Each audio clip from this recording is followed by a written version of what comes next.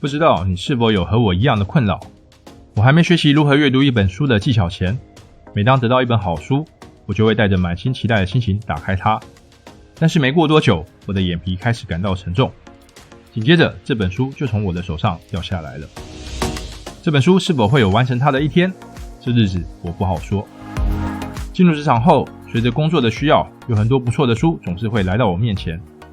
我很想学习它，但总是事与愿违。阅读清单上的书越来越多，但是我的阅读完成率却越来越低。我是怎么了？难道我没有阅读的才能？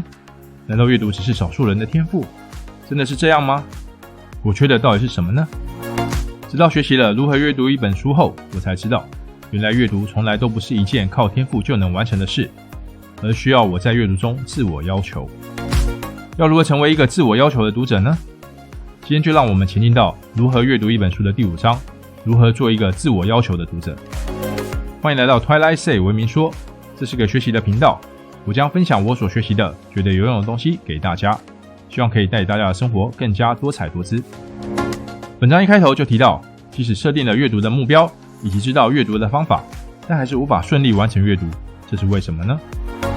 主动的阅读基础，一个阅读者要提出的4个基本问题。让人从阅读中获得好处，无论是获益或取乐，都需要读者采取主动。而什么是主动阅读呢？主动阅读的核心就是在阅读过程中提出问题，并且能解答问题。在这里作者提到，一个主动的阅读者需要学会在阅读中提出4个基本问题。第一个问题，整本书在谈什么？这部分指的是能够在书中找到主题，并且找出主题的发展过程，才能从主题中整理出从属议题。第二个问题，这本书的细节是什么？这部分就是要找出作者想透过这本书表达的主要想法、声明和论点，并且透过这些内容解析出作者想传达的特殊讯息，也就是书中的言外之意。第三个问题，这本书说的有理吗？是全部有理还是部分有理呢？也就是读完这本书后，你对这本书的判断，你是认同作者的想法还是不认同作者的想法，并且能指出哪些部分是你认同或不认同的。第4个问题，这本书和我有什么关系呢？这本书给到我的资讯对我有什么启发呢？和我想探讨的主题有什么关联呢？在阅读中提出问题并努力找出答案，这是有无自我要求的读者间最大的差异点。如何让一本书真正属于你自己？前面在第2个问题时提到，我们要从书中的细节找出作者想表达的言外之意。要如何才能在阅读中找出作者的言外之意呢？要做到这件事，就需要动动你的手了，也就是做笔记。书中提到做笔记的方法有各式各样，作者列举了一些方式提供给读者参考。1. 画底线。2. 在画底线处的栏外再加画一道线。3. 在空白处做星号或其他符号。4. 在空白处编号。5. 在空白处记下其他的页码。6. 将关键字或句子圈出来。7. 在书页的空白处做笔记。3种做笔记的方法。除了上述7种不同的笔记手法外，作者提到做笔记会依照阅读层次的不同，发展出3种层次的笔记方法。1. 结构笔记。2. 概念笔记。3. 辩证笔记。检视阅读一本书时，我们要解决的问题有3个。1. 这是什么类型的书？ 2. 这本书的主题是什么？ 3. 作者是透过什么样的架构发展它的主题呢？在这里我们可以看到，解释阅读要回答的问题，就是基本的4大问题中的前2个。因此，在回答上述问题的过程中，你做出来的笔记重点会是这本书的架构，而这样的笔记就叫做结构笔记。结构笔记通常会做在什么地方呢？书中的目录页、书名页都适合做结构笔记的地方。到了分析阅读层次时，你要解决的问题会是这本书的内容是否正确，以及这本书提出的观点是否有意义。这时候你做出的笔记不再是整理书中的架构，而是记下作者的观点，以及你可能会有的自己的观点。这种笔记就是概念笔记。制作概念笔记就不限于在什么地方了，可能是书中的空白处，可能在你的笔记本上。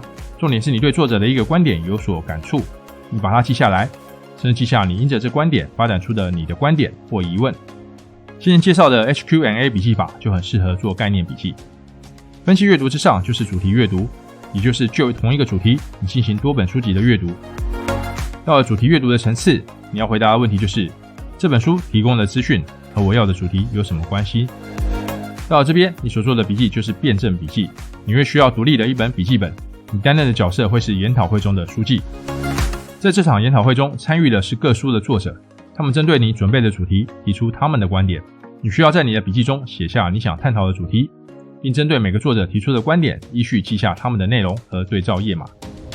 辩证笔记其实就是概念笔记的升级版，概念笔记只是记下一本书的观点，而辩证笔记只是记下多本书的观点。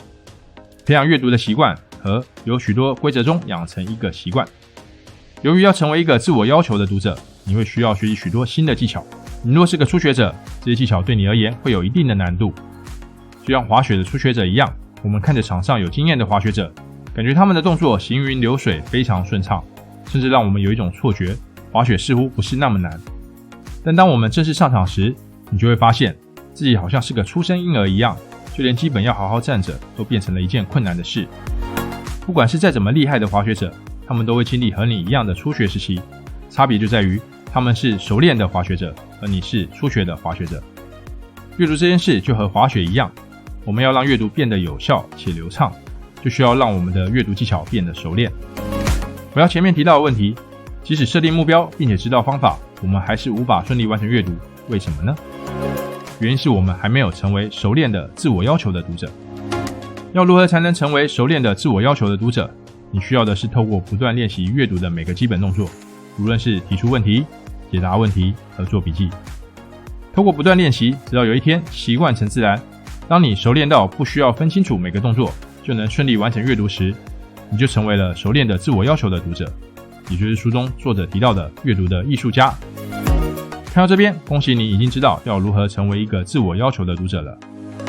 接下来你就要开始找书练习，直到你不只知道要如何成为一个自我要求的读者，还要能做到一个自我要求的读者，甚至教导别人成为一个自我要求的读者。